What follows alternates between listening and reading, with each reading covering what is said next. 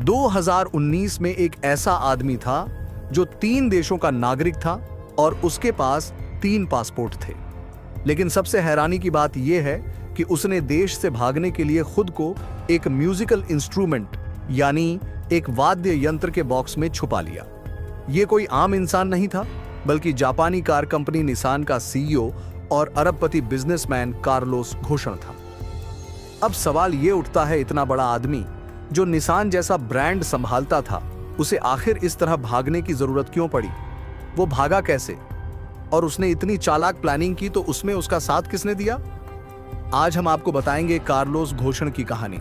शायद आपने इनका नाम पहले भी सुना होगा, क्योंकि पिछले कुछ सालों में यह नाम बहुत चर्चा में रहा। कार्लोस घोषण लेबनान में जन्मे थे, लेकिन उनके पास 3 देशों की नागरिकता थी, लेबनान, फ्रांस और ब्राजील।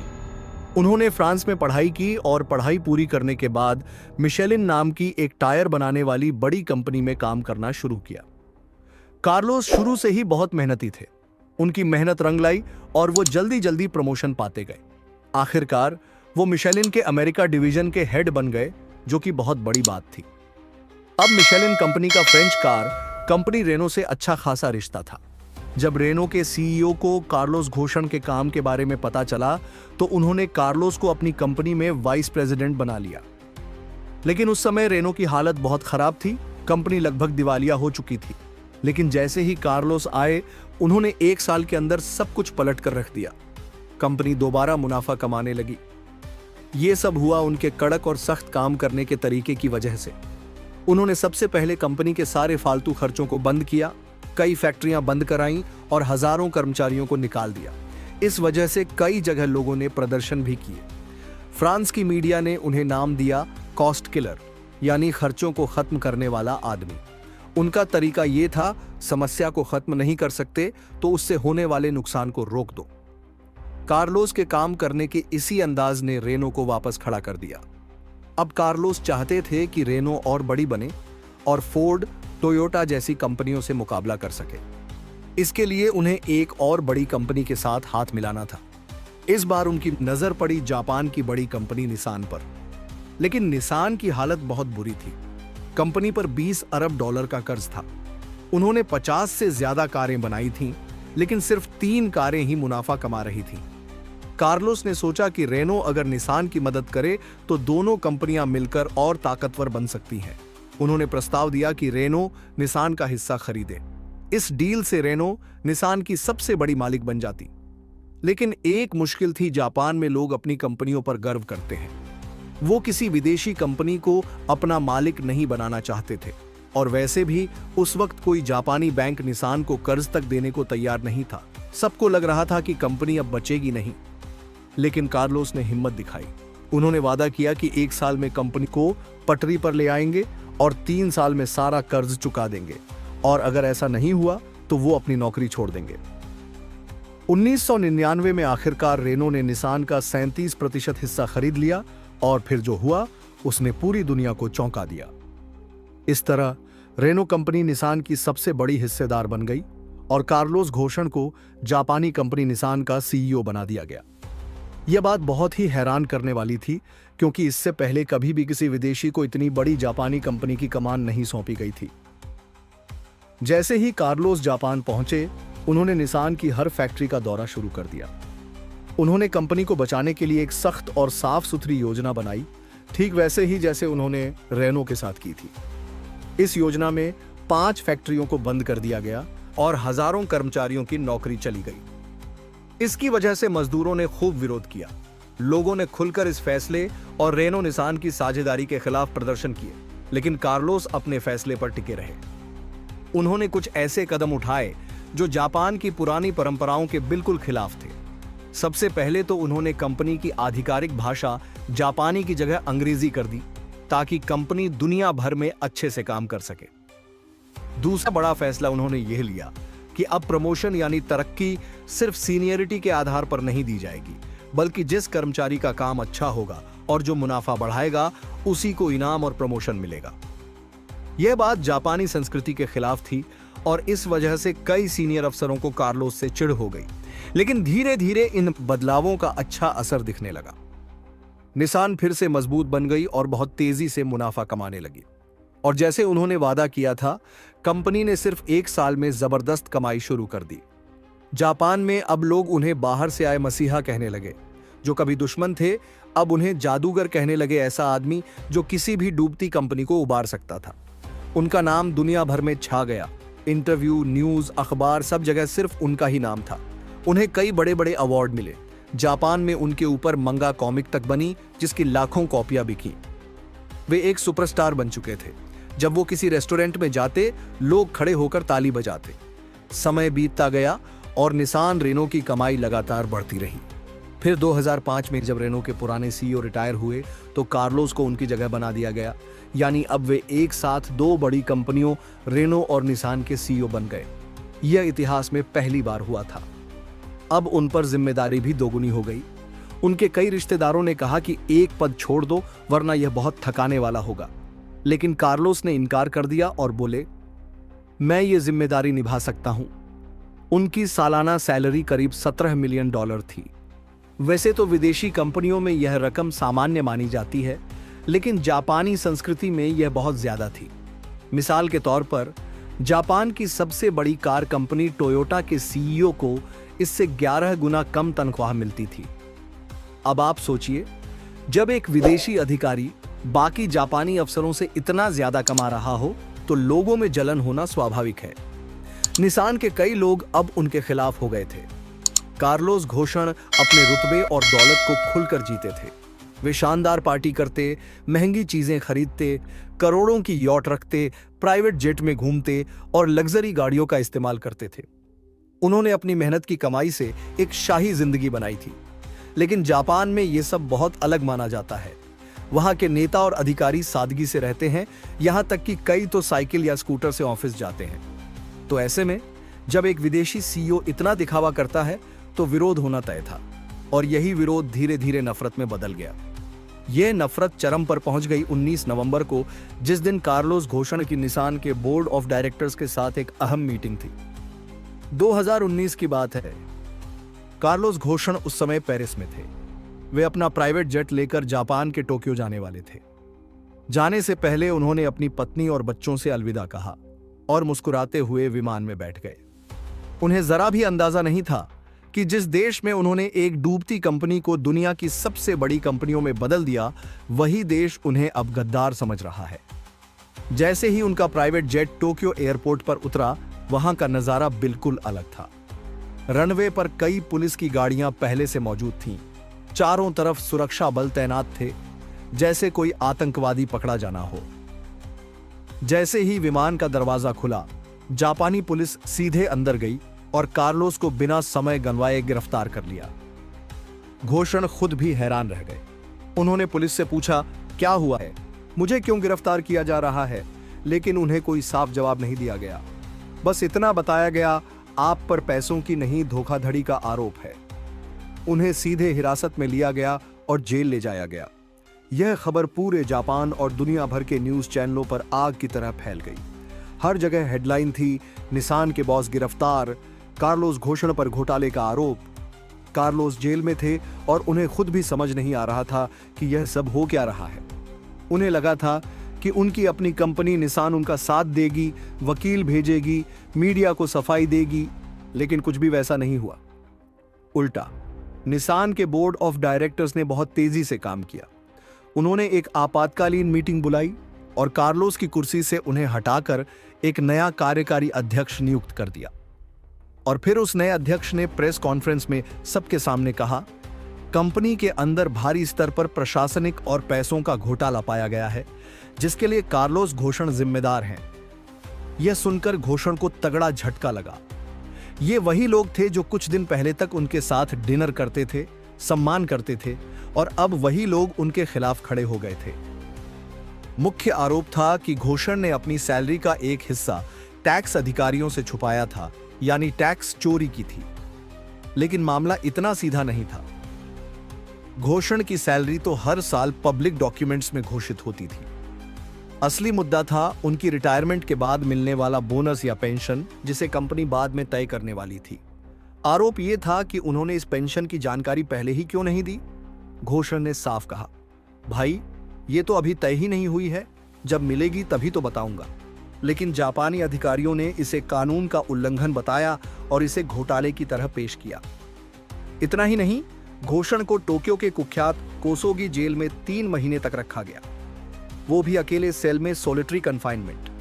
ऐसा व्यवहार आमतौर पर खतरनाक अपराधियों के साथ किया जाता है, लेकिन यहां एक कारोबारी को ऐसे रखा गया जिसने किसी के साथ न तो हिंसा की थी, न किसी की जान ली थी। इसके बाद घोषण पर एक और आरोप लगाया गया कि उन्होंने कंपनी के पैसे से पेरिस, बेरूत और ब्राजील में आलीशान घर खरीदे। घोषण ने इसका भी जवाब दिया, ये मकान बोर्ड की जानकारी में थे और ये मेरी पोस्ट की जरूरतों के हिसाब से कंपनी की संपत्ति मानी जाती थी, क्योंकि मुझे अलग अलग देशों में रहकर कंपनी के लिए काम करना पड़ता था। फिर आया तीसरा आरोप कि उन्होंने अपने 15 साल पूरे होने पर एक भव्य पार्टी फ्रांस के पैलेस ऑफ वर्साई में रखी थी, जो उनके जन्मदिन के दिन हुई। पार्टी का खर्च लगभग $7 लाख था। अब कंपनी ने सवाल उठाया कि क्या यह पार्टी गठबंधन 15 साल पूरे होने की थी या घोषण के जन्मदिन की। यह पार्टी भी कोई सीक्रेट नहीं थी, बहुत पहले हो चुकी थी और पूरी तरह सार्वजनिक थी। कोई गुप्त खर्च या घोटाले जैसी बात नहीं थी। तो फिर इतने सालों बाद अचानक क्यों सवाल उठाए गए? यही बात अब सबको अजीब लगने लगी थी। असल में सब कुछ प्लान किया हुआ लग रहा था। अब बड़ा सवाल यह था, आखिर निसान के टॉप अधिकारी और बोर्ड के सदस्य उसी इंसान के खिलाफ क्यों हो गए जिसने कंपनी को दिवालिया होने से बचाया था? वो शख्स जिसे कभी निसान का सबसे बड़ा संकट मोचक कहा जाता था, आज उसी पर शक किया जा रहा था। इसका जवाब छुपा था फ्रांस सरकार के फैसले में। जब रेनो कंपनी ने निसान में बड़ी हिस्सेदारी ले ली तो जापान में हलचल मच गई।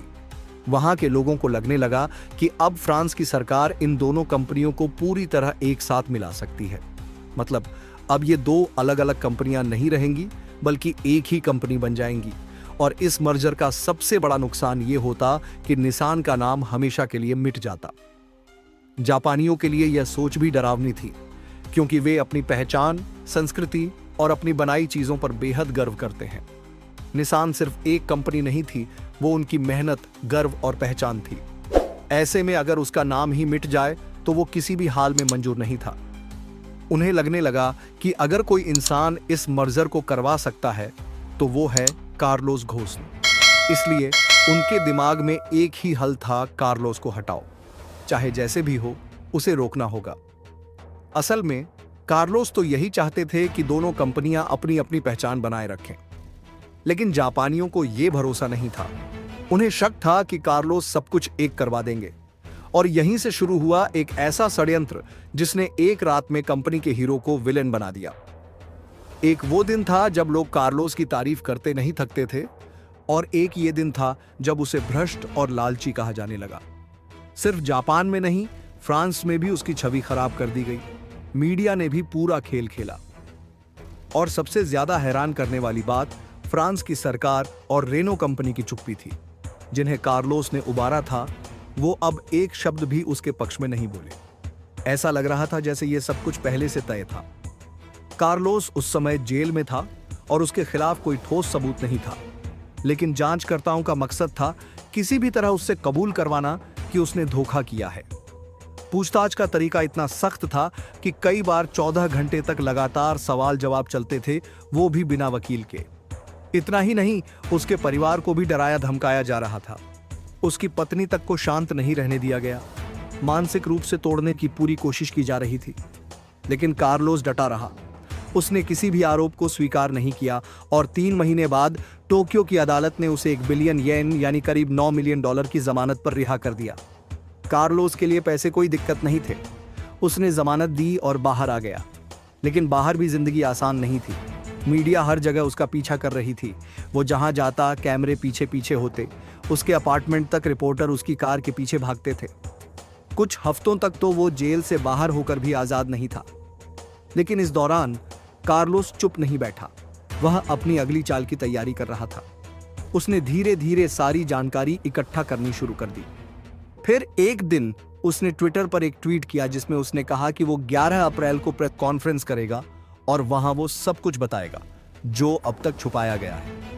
लेकिन इस ट्वीट के 24 घंटे के अंदर जापानी अधिकारियों ने उसके अपार्टमेंट को घेर लिया और उसे दोबारा गिरफ्तार कर लिया।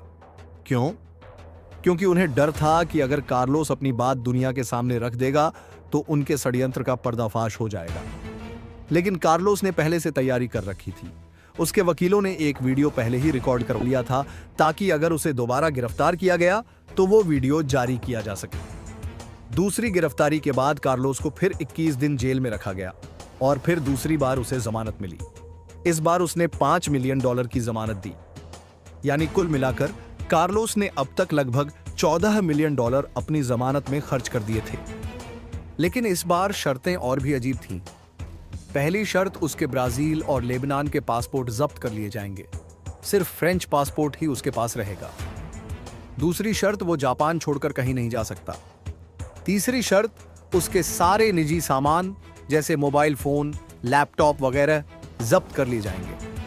और चौथी और सबसे हैरान कर देने वाली शर्त, उसे अपनी पत्नी और परिवार से कोई संपर्क नहीं करना है। अगर वो अपनी पत्नी को कोई ईमेल या संदेश भेजता तो उसे तुरंत फिर से गिरफ्तार कर लिया जाता। ये सिर्फ सजा नहीं थी, ये तो साफ तौर पर मानसिक यातना थी। जापानी अधिकारियों का इरादा अब साफ दिखने लगा था। वो हर हाल में कार्लोस को मानसिक तौर पर तोड़ना चाहते थे।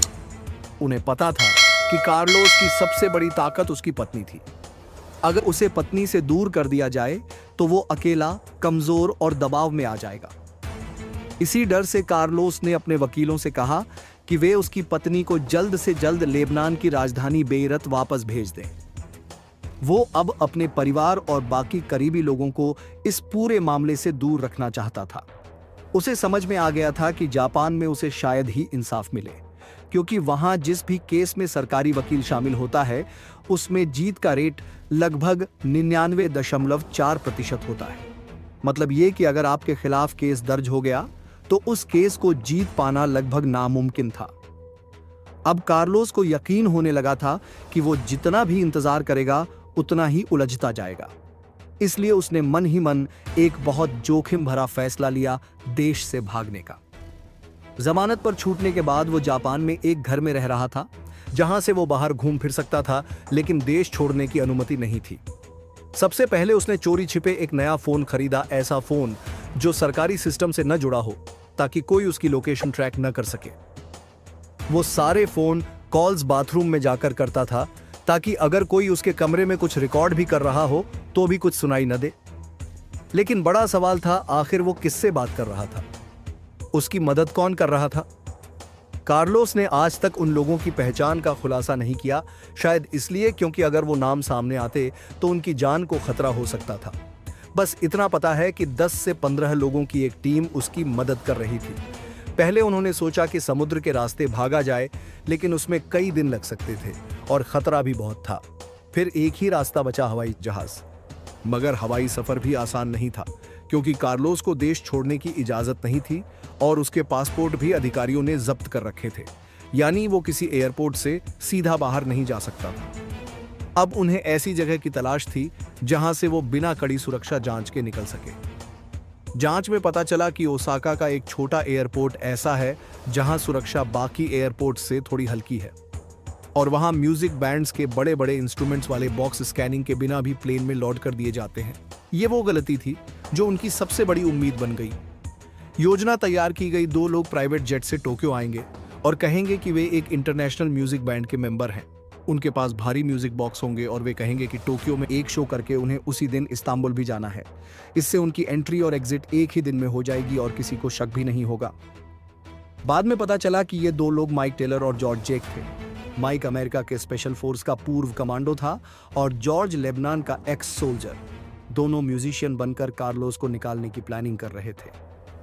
जब पहली बार कार्लोस को यह आइडिया बताया गया तो वह खुद चौंक गया। उसे यकीन नहीं हुआ कि उसे एक बक्से में छुपाकर बाहर ले जाया जाएगा। लेकिन जितना वो सोचता गया उतना ही उसे समझ में आने लगा कि उसके पास अब कोई और रास्ता नहीं है। जापानी पुलिस की निगरानी उस पर हर दिन बढ़ती जा रही थी। वो कई बार खुद देख चुका था कि उसके घर के पास कुछ अनजान लोग घूमते रहते थे, जैसे कि वे उसकी हर हरकत पर नजर रख रहे हों।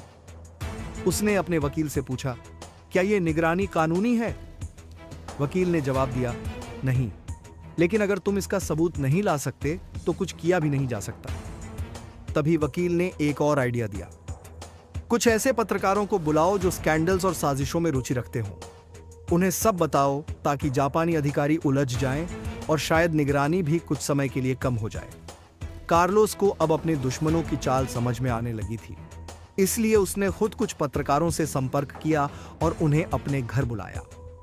जैसे ही पत्रकार पहुंचे, कार्लोस ने देखा कि जो लोग उसकी निगरानी कर रहे थे वो अचानक ही गायब हो गए, क्योंकि अगर पत्रकार उन्हें देख लेते तो ये जापानी अधिकारियों के लिए बहुत बड़ा स्कैंडल बन सकता था।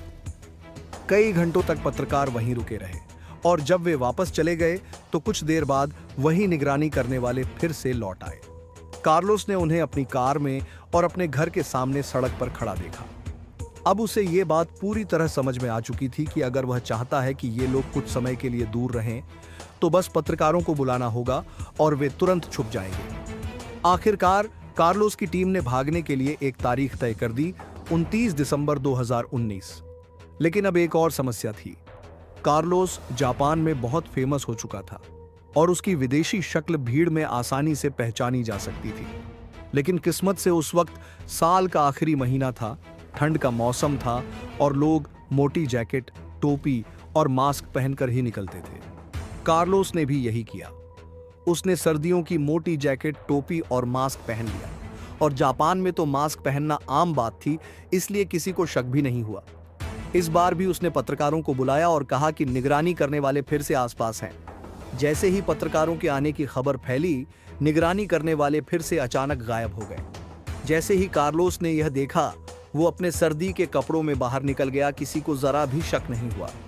वो सीधे ग्रैंड हयात होटल की ओर चला। वहां दो लोग, माइक टेलर और जॉर्ज जेयग, उसका इंतजार कर रहे थे। यही वो दो लोग थे जो कार्लोस को छुपाकर जापान से बाहर निकालने वाले थे।